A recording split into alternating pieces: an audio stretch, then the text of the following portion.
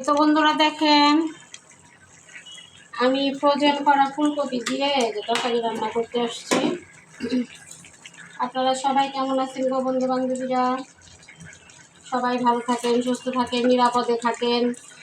আর কাউকে ফলো দিয়ে আনফলো করেন না, এই দোয়া সবসময় করি। আপনাদের আল্লাহ হেদায়েত দিক, যারা ফলো দিয়ে আনফলো করেন এদের আল্লাহ হেদায়েত দিক, হেদায়েত দান করুক। এই যে দেখেন ফুলকপিগুলো দেখেন, এই যে আস্তে আস্তে আছে। এই যে এটা আপনারা ইচ্ছা করলে এখনো ফুলকপি আছে ফ্রোজেন করে আপনারা সারা বছর এই ফুলকপির স্বাদটা নিতে পারেন। যাদের ডিপ ফ্রিজ আছে তাদেরই সম্ভব, তাছাড়া সম্ভব না, কারণ এটা অনেক জায়গা নেয়।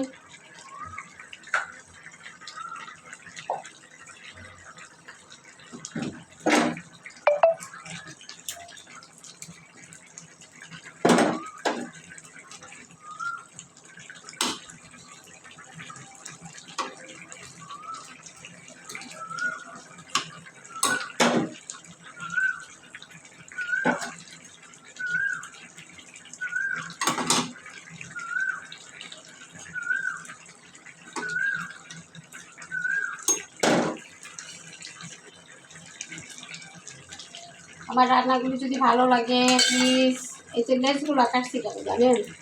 চূড়ানি এগুলা কিন্তু আপনার রূপচাঁদা মাছ এখন বাচ্চারা খাইতে চায় না, সেজন্য লেস কাটাইতে বলছি যে কিসের থেকে কাইতে বলছি যাতে না বুঝতে পারে। মারা হলো চুন্নি।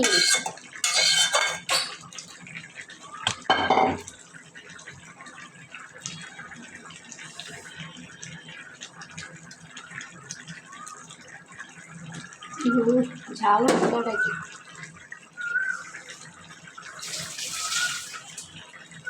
এখনকার কাঁচামরিচ অনেক ঝাল, তো ঝাল হয়ে গেছে। তেল দিয়ে দিই, তেল দিলে নাকি ঝালটা হয়ে যায়।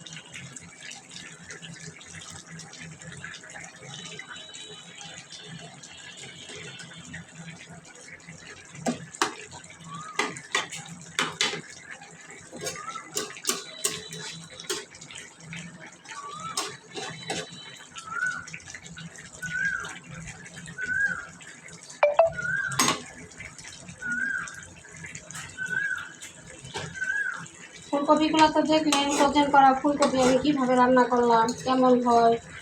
আসলে যে সবজিগুলো আপনার 12 মাস পাওয়া যায় না, ওইগুলো আমরা ফ্রোজেন করে রাখতে পারি। ফুলকপিটা কিন্তু সবারই খুব পছন্দের একটা সবজি।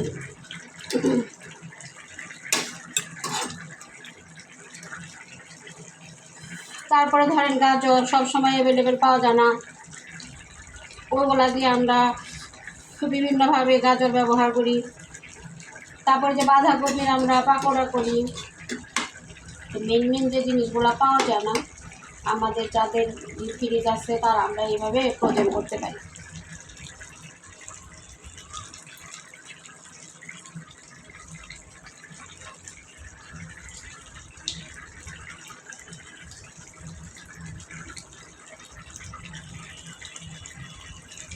তো সবাই ভালো থাকবেন, নিরাপদে থাকবেন, সুস্থ থাকবেন। অন্য কোনো ভিডিওতে আবার দেখা হবে, কথা হবে। তবে সবাইকে আবারও রিকোয়েস্ট করে যাচ্ছি, কেউ ফলো দিয়ে আনফলো করবেন না প্লিজ। আল্লাহ হাফেজ।